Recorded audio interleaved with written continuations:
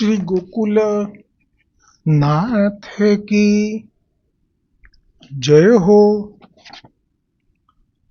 श्री हरिराय जी महाप्रभु जी की जय हो। श्री गोपेश्वर जी प्रभु जी की जय हो। श्री हरिराय जी महाप्रभु जीए श्री गोकुलनाथजीની પ્રેરણાથી શ્રી ગોપેશ્વરજી પ્રભુને ઉન્મિષ એટલે કે નિમિત્ત બનાવીને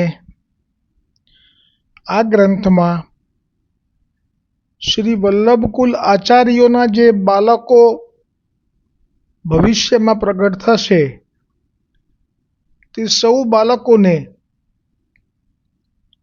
સમાધાન અર્થે અનેક શ્લોકો દ્વારા સમાધાન કરેલ છે, જેનું મૂળ ઉદ્દેશ જ શ્રી ગોપેશ્વરજી પ્રભુને આવેલ ઘરમાં લૌકિક દુઃખનું સમાધાન છે.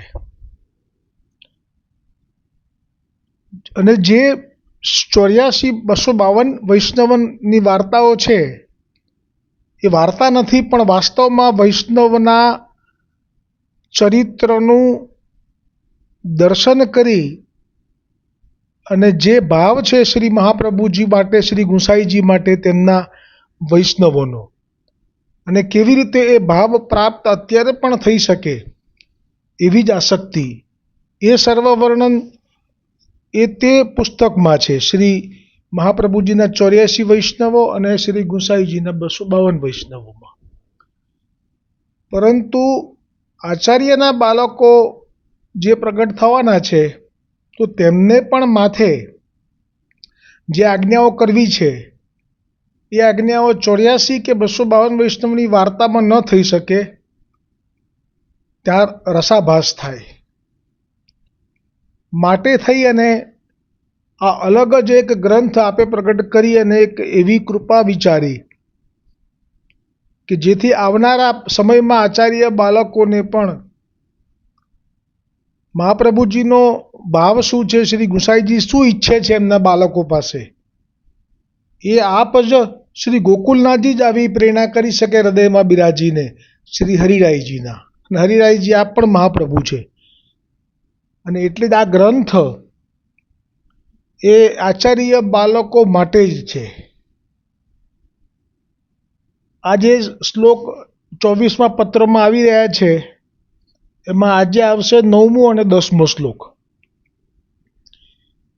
9મા શ્લોકમાં આપ કહે છે, હું શ્લોક હવે એટલા માટે જ વાંચું છું કે આ શ્લોકમાં જીવને ઉદ્દેશીને કે વૈષ્ણવને ઉદ્દેશીને નથી કહેવામાં આવતું.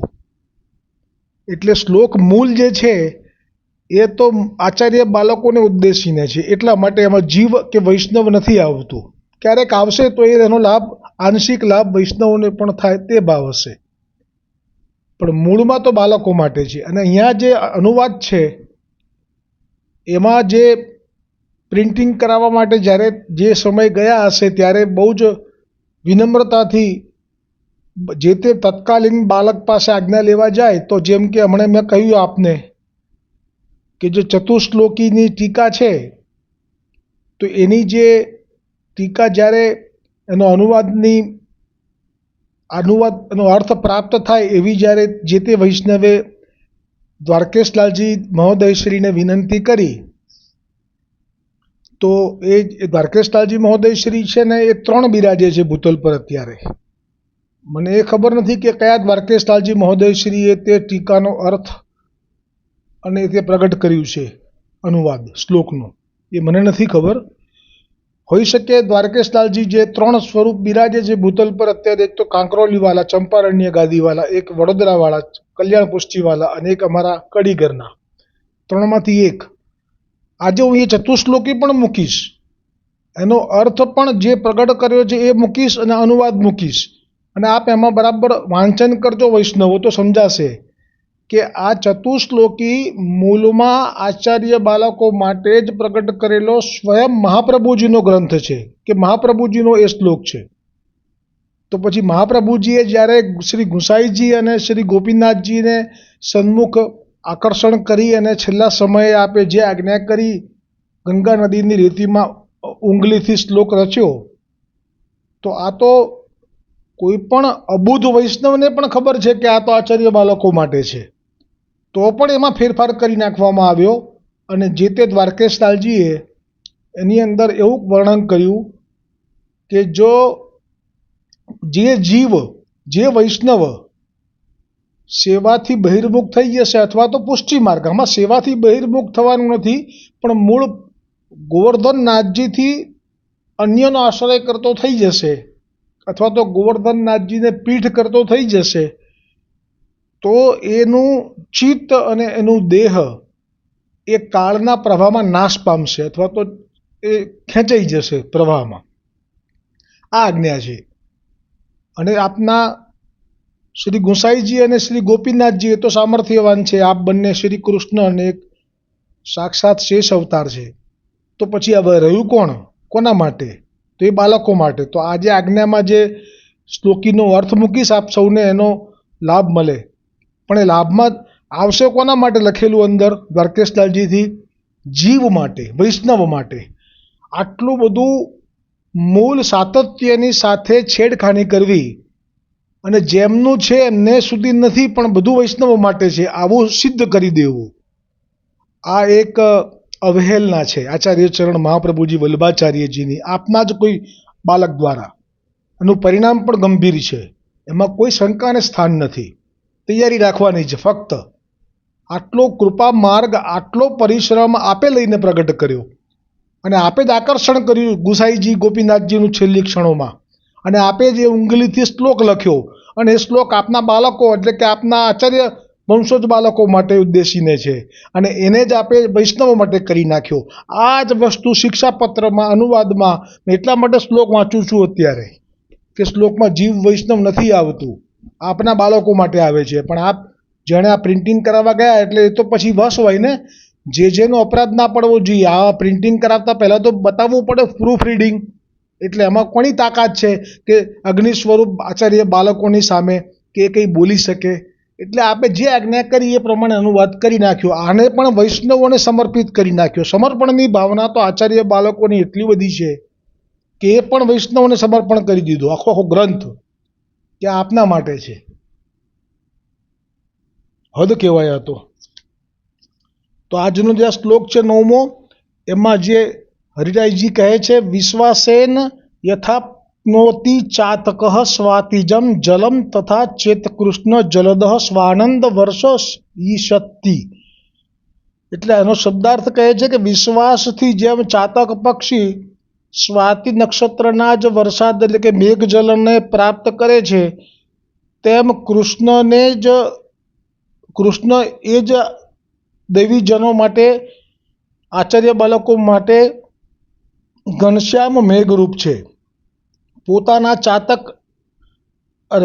પોતાના આનંદ વરસાવશે.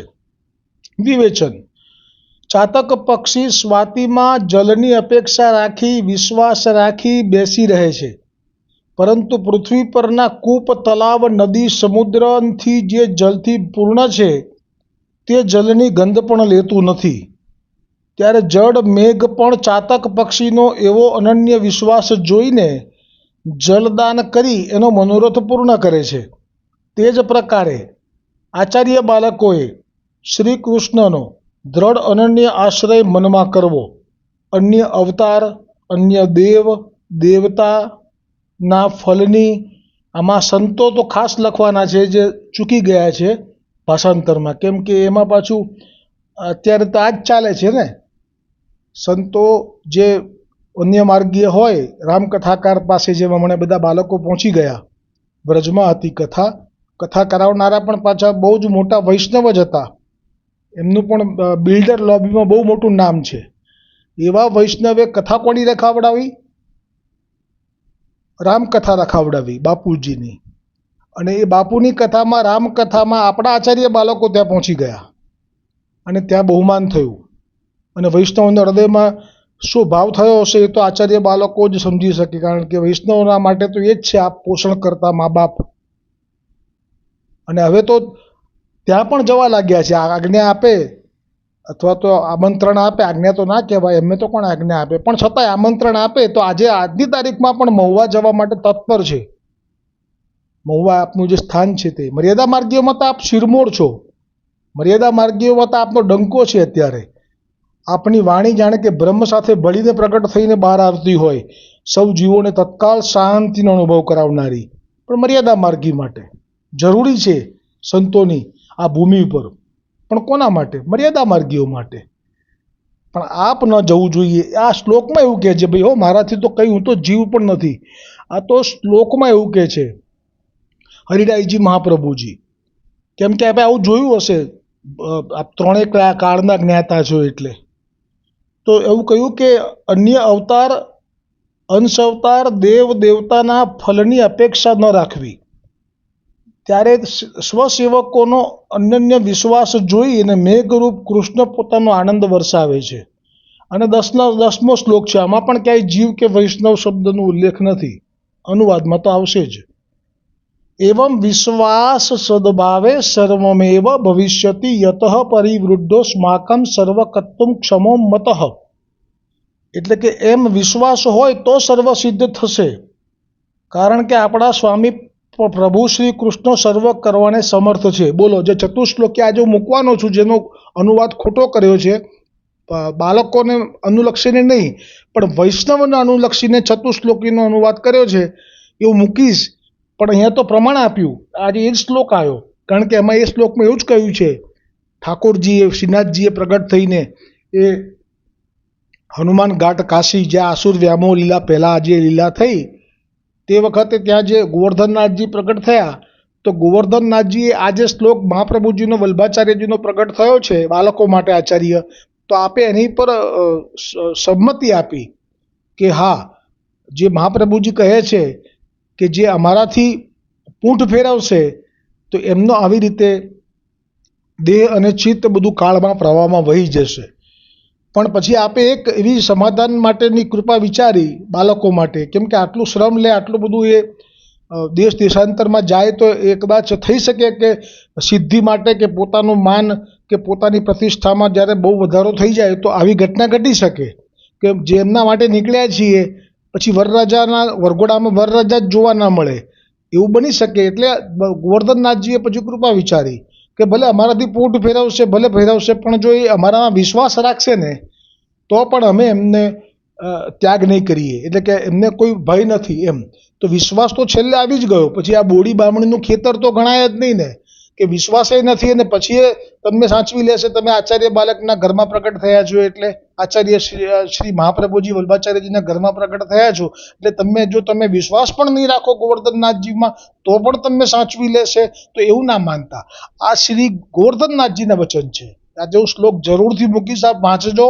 અને એનો ભાવ જે છે એ વૈષ્ણવો માટે નથી હો ભાઈ, આ તો લખેલું ભલે છે દ્વારકેશલાલજીને, આ આચાર્ય કુલ બાલકમાં પ્રગટ થયા છે એટલે આપ કંઈ પણ લખી શકે, એની સામે કોઈ વૈષ્ણવની તાકાત છે?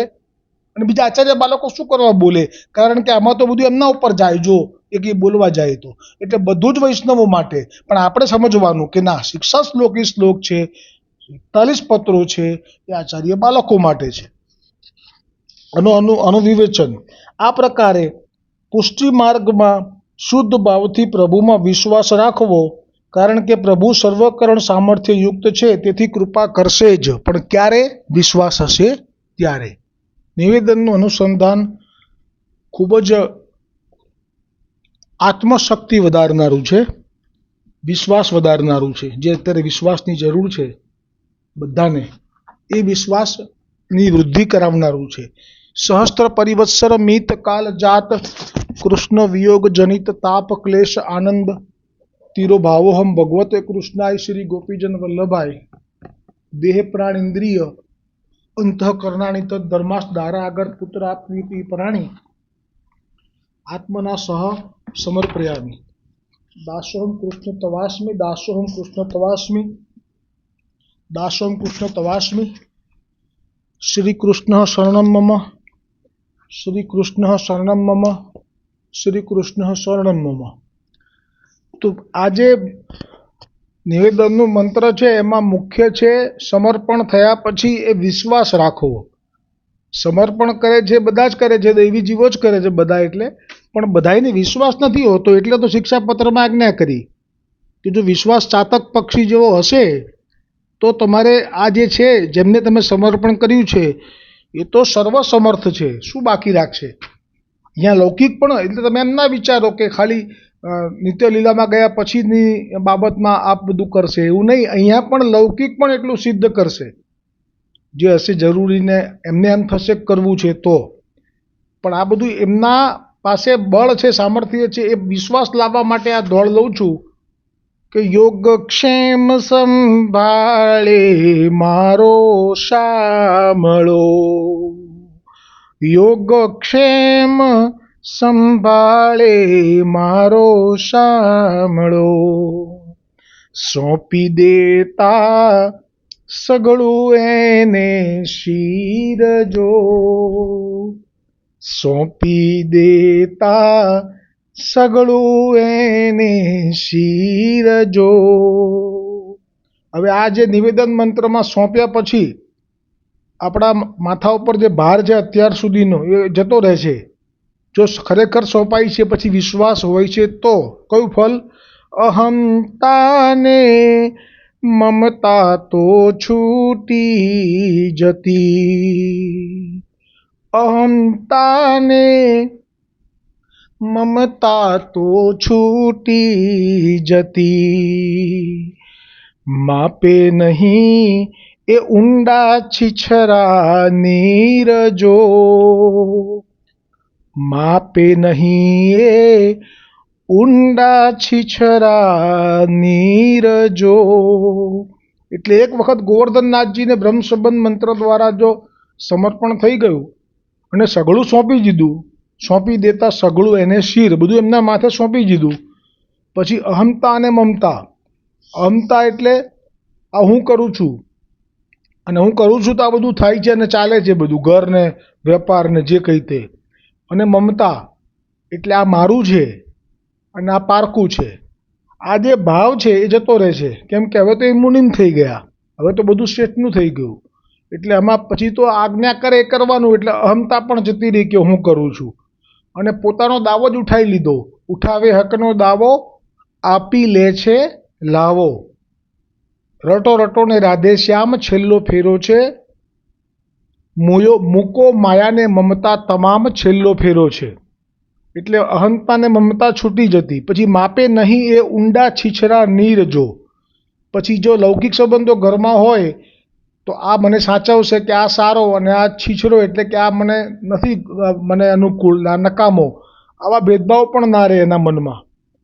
છેલ્લા શ્વાસ સુધી પણ દિલડું ના ડગે. આ જે ચાતક પક્ષીનું આવ્યું ને ઉદાહરણ, ચાતક પક્ષીએ જ્યાં સુધી સ્વાતિ નક્ષત્રનો વરસાદ ન થાય ત્યાં સુધી જળ ના પીએ, ભલે મૃત્યુ આવે, પણ મૃત્યુ આવવા દેતા નથી. આ તો પરીક્ષા કરે છે, કેમ કે જેટલા તમે પૂર્ણ પુરુષોત્તમની નજીક જવા ઈચ્છા કરો તો અન્ય અંશ અવતારોના પ્રલોભનમાં તમે આવો છો કે નહીં. એટલે કે અન્ય જે આપણે કહ્યું કે હરિરાયજીએ કે સમુદ્રના નદીના જળ એ બધામાં એ નથી પડતા. પછી આપણે સ્પષ્ટતા પણ કરી દીધી કે અંશા અવતાર કે દેવી દેવતાઓના ફલમાં એ લોકોનું મન આકર્ષિત નથી થતું. ત્યારે પછી પૂર્ણ પુરુષોત્તમ કૃપા કરે છે, સીધે સીધી નથી કરતા. એટલે મારે આ કહેવત લેવી પડે છે કે આ બોડી બામણીનું ખેતર નથી કે જે નથી ચરી જાય. મને ખબર નથી આ બોડી બામણીનું ખેતરનું ક્યારથી આવ્યું કહેવતમાં. એટલે પછી હવે વિશ્વાસ કેવો રાખવો પડશે ગોવર્ધનનાથજીમાં કે તું જીવાડે જીવવાનું, તું મારે તો મરવાનું, તું તારે તો તરવાનું, માથું આપના ચરણે મૂક્યું રે ઓ શ્રીનાથજી બાવા. છેલ્લા શ્વાસ સુધી પણ દિલડું ના ડગે, અધીર જગમાં ટકતી મનમાં ધીર જો. અને છેલ્લા શ્વાસ સુધી એટલે મૃત્યુ ભલે સામે આવી જાય, પણ અન્યાશ્રય કે અન્યનો પાસે કોઈ ભાવ રાખવો, માગવાનો, ઈચ્છા કરવાનો કે આ સિદ્ધિનો, મેં કહ્યું એમ અત્યારે છેક મહુવા દોડવા તૈયાર છે અત્યારે પણ મહાપ્રભુજીના બાળકો. અને તરત દોડી ગયા હતા રામકથામાં, અને સન્માન થયું તો ગુપ્ત રાખવું જોઈએ ને પડદા પાછળ, પણ ના, ટીવી ઉપર જ લાખો વૈષ્ણવે નિહાળ્યું. આ કયો મેસેજ છે કોઈ એમને ભય કોને રાખવાનો? અપરાધોનો ભય કોને રાખવાનો? અને છેલ્લી ટૂંક, વલ્લભ ચરણનો અનન્ય આશ્રય કરે. આમાં 3 આશ્રય કરવાની છૂટ છે, ચોથું નહીં. જો કર્યું તો ગયા. વિઠ્ઠલ ચરણનો અનન્ય આશ્રય કરે. અને છેલ્લે ગોવર્ધનનાથજી, શ્રીજી ચરણનો અનન્ય આશ્રય કરે. આચન આવે જીવનમાં લગી રજો. આંચ એટલે પછી એને જીવનમાં કોઈ દિવસ કોઈ દુઃખ કે કોઈ એવો પ્રસંગ નથી ઊભો થતો કે એને નિરાશ થવું પડે. હા, પ્રારબ્ધના અનુસાર જે ભલે આવે દુઃખ પડે, નિરાશ ના થાય. કેમ કે એને કોનું દ્રઢપણું છે? યોગક્ષેમ સંભાળે મારો સાંભળો. યોગક્ષેમ એટલે જે મેળવવા જેવું છે એટલું જ મેળવી આપશે, બધું નહીં મેળવી આપે. ગામમાં બધું દેખાય, બધું નહીં મેળવી આપે. જેટલું આપણા માટે જરૂર છે એટલું મેળવી આપશે. અને મેળવ્યા પછી રક્ષા ક્યાં સુધી કરશે? છેક સુધી કરશે. 1:45 મિનિટની રાત્રિ બાકી હતી 2 ઘડીની, અને એને આપે 6 મહિનાની કરી, તો તમારી પાસે જે પડ્યું હશે થોડું, એને પણ એવું કરશે કે તમારે છેક સુધી એમાંથી જ પોષણ થઈ જશે. અને જેની પાસે આવો વિશ્વાસ નહીં હોય ગોવર્ધનનાથજીમાં, ભલે એને ગમે એટલું ભેગું કર્યું હશે, એક રાતમાં પાટિયા ફરી જશે. એટલે જે વલ્લભ ચરણનો આશ્રય કરે કે વિઠ્ઠલ ચરણનો, કે છેલ્લે કયું શ્રીજી ચરણનો, તો આંચ ન આવે જીવનમાં લગી. તો કોઈ મને એમ પૂછે કે જો આ બહુ સર્ચ થાય છે, એમનો અમે આશ્રય કરીએ તો, એમને અમે યાદ કરીને દેહ છોડીએ તો મેં હમણાં જ કહ્યું કાલે પરમ દિવસે કે એ તો આપ એવી આજ્ઞા કરે છે કે કોને કોને પોતાનું દ્રવ્ય નવા જન્મમાં ટ્રાન્સફર કરવું છે, અને પછી આપ આજ્ઞા કરે છે કે તો અત્યારે દાન કરશો તો તમને આગલા જન્મમાં મળશે. તો હવે આપ એમનું સ્મરણ કરીને જો દેહ છોડશો, વલ્લભ વિઠ્ઠલ અને શ્રીનાથજીને છોડીને, તો પછી તમારે એ આચાર્ય બાલક જે સર્ચ થાય છે ને જે આજ્ઞા કરે છે એ પ્રમાણે દાન કરશો તો અવશ્ય ફળ મળશે. નવો જન્મ પણ તમારો થશે, અને તમે એકલા નહીં જન્મો, એ બાલક પણ આવશે. કારણ કે બાલકના વચન મિથ્યા ન થાય. સ્વવંશ સ્થાપિતે સ્વ મહાત્મ્ય અશેષ. એટલે આપની અંદર એ મહાત્મ્ય છે, એટલે આપે પણ આવવું પડશે. આપ પણ આવશે, તમે બધા પણ પછી ફરી પાછા પ્રગટ થજો, અને પછી એ આજ્ઞા કરે છે એ પ્રમાણે ચાલ્યા કરશે. પુનરપી જનનમ પુનરપી મરણમ પુનરપી જનની જઠરે શયનમ. એટલે જે દાન કરશો એનું તમને પાછું ભાગ્યમાં, આ તો કંઈ સતત તમને તમારા ખાતામાં, તમે જેવું દેહ છોડો એટલે તમારું બધું સાથે જ ટ્રાન્સફર કરાવવા માટેની કૃપા છે આપની. તો આપને પછી આપને એમ ના થવું જોઈએ કે અમારે લીલામાં ક્યારે જવાનું. જો લીલામાં જવું છે તો પછી તમારે મહાપ્રભુજી, શ્રી ગુસાઈજી અને શ્રી ગોવર્ધનનાથજીનું સ્મરણ કરીને દેહ છોડવો પડે. તો પછી 84-252 તમારે મન લગાડવું પડે. આ શિક્ષાપત્ર તો બાળકો માટે છે. બોલો શ્રી ગોકુલનાથ કી જય, શ્રી હરિરાયજી મહાપ્રભુજી કી જય, શ્રી ગોપેશ્વરજી પ્રભુજી કી જય હો.